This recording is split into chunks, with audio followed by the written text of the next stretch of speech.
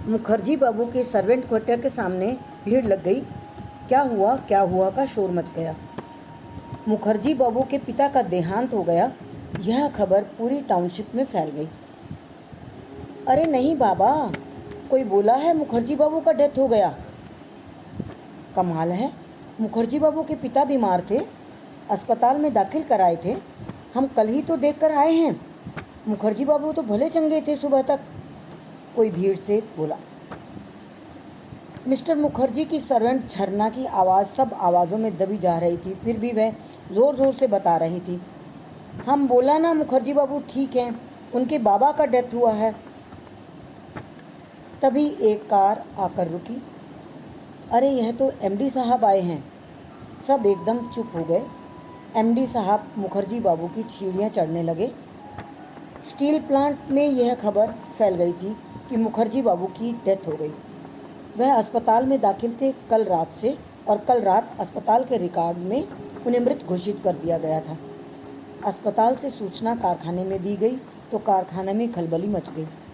लोग अस्पताल पहुंचने लगे।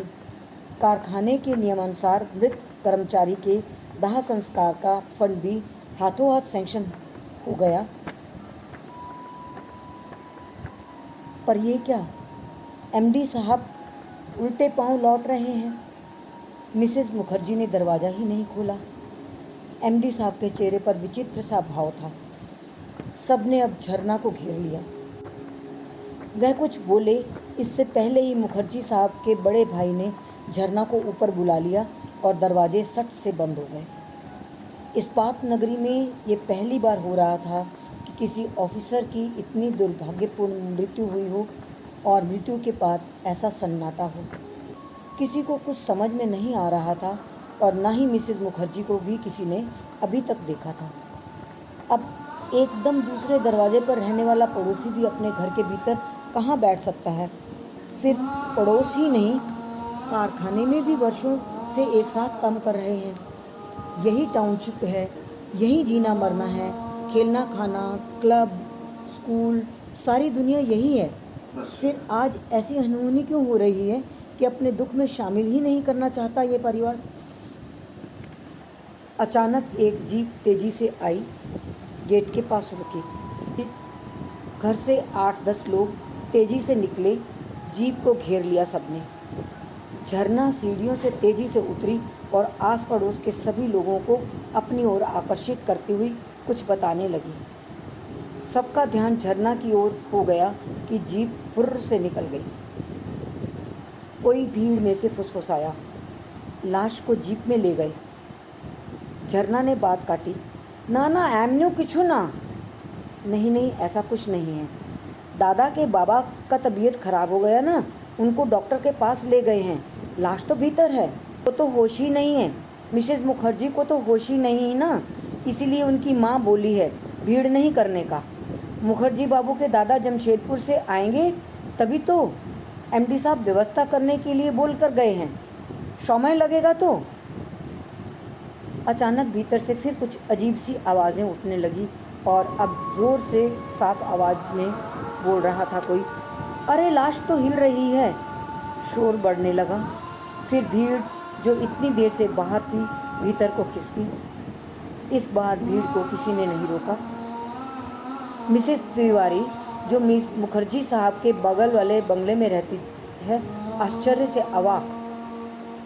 जीप में तो मुखर्जी साहब के बाबा को ले गए थे। क्या मुखर्जी साहब के बाबा? किसी को कुछ समझ में नहीं आया। मिसेस पॉल ने झट से अगली कड़ी पकड़ी। क्या? रात में तो मुखर्जी साहब के बाबा की पीठ में दर्द उठा था और उन्हें अस्पताल ले गए थे। उनके बाबा हफ्ते भर से थे वहाँ। मिस्टर पॉल तो साथ गए थे अस्पताल, वहीं भर्ती भी कर लिया था रात को। बोल रहे थे पॉल साहब, बाहर के लोगों के लिए प्लांट के अस्पताल में इलाज बड़ा महंगा है, सो मुखर्जी साहब के नाम से। पॉल ने अपनी उंगली दांतों से काट ली। चुप, बस आगे नहीं बोल पाई। मिसेस तिवारी की आंखें फैल गई पर कोई कुछ बोला नहीं। तो ये मामला था। मिस्टर मुखर्जी के बाबा को मुखर्जी साहब के नाम से हॉस्पिटल में भर्ती कराया और उनकी डेथ हो गई। ना ना ना ना। ऊपर से जोर से आवाज़ आने लगी, अरे ये तो चमत्कार हो रहा है, लाश तो हिल रही है। अरे हाँ, चमत्कार, ये तो चमत्कार हो रहा है, लाश तो हिल रही है। मिसेज मुखर्जी लाश के पास बैठी दिखी। उनके चेहरे पर दुख की अपेक्षा भय अधिक था। लाश जोर जोर से हिलने लगी। जो जीप अभी अभी गई थी उसी में एक कोई ओझा पंडित आए। आते ही उन्होंने ऊंचा ऊंचा मंत्र जाप करना शुरू कर दिया। मुखर्जी बाबू आंख मलते उठ बैठे। चमत्कार हो गया, चमत्कार। फिर एक खबर प्लांट में फैलाई गई। मुखर्जी बाबू जिंदा हो गए, उनकी सांस वापस लौट आई। चमत्कार हो गया, चमत्कार हो गया। दफ्तर की फाइलों में नोटिंग हुई। मृत घोषित मुखर्जी बाबू की मृत्यु को अफवाह बतवाकर उन्हें फिर जिंदा किया गया। मिस्टर पॉल इस सारी कार्रवाई तक दफ्तर में ही रहे। आखिर पड़ोसी थे, यह सब उन्हें ही करना था। अभी एक और घटना घट गई।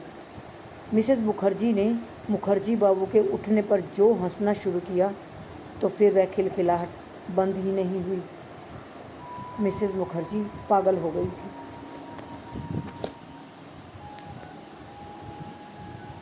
जी